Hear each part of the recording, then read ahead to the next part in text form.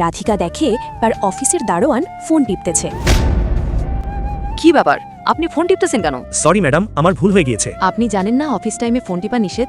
আর আপনার শরীরে কোনো জ্যাকেট নাই কেন? ম্যাডাম, টাকার অভাবে জ্যাকেট কিনতে পারি নাই। ম্যাডাম, আজকেই আমি একটা ফুটপাথ থেকে জ্যাকেট কিনে নিব। শ্রেয়া, সব দোষ তোমার।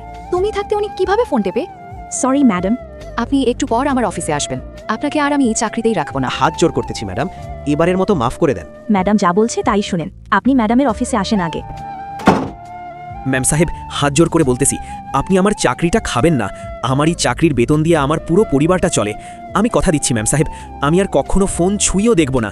প্লিজ ম্যাম সাহেব, একটু দয়া করুন আমাকে, প্লিজ। ব্যাস, অনেক হয়েছে। আপনি জানেন না অফিস টাইমে ফোন টিপা নিষেধ, তারপর আপনি ওখানে বসে ফোন টিপতেছিলেন কি জন্য? আপনি কি ফাজলামি করার জন্য এসেছেন?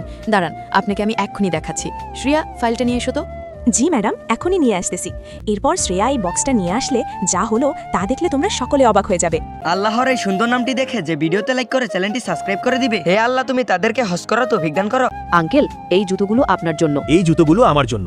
ধন্যবাদ মা, আমার এই জুতোগুলো অনেক পছন্দের। আপনি মন খারাপ করবেন না আঙ্কেল, আমরা এতক্ষণ আপনাকে সারপ্রাইজ দেওয়ার জন্য মজা করছিলাম। শ্রেয়া, তুমি আঙ্কেলের জন্য জ্যাকেটটাও নিয়ে আসো। আঙ্কেল, এই জ্যাকেটটাও আপনার জন্য। তখন জুতা এবং জ্যাকেট পেয়ে বয়স্ক লোকটি অনেক খুশি হয়ে যায়।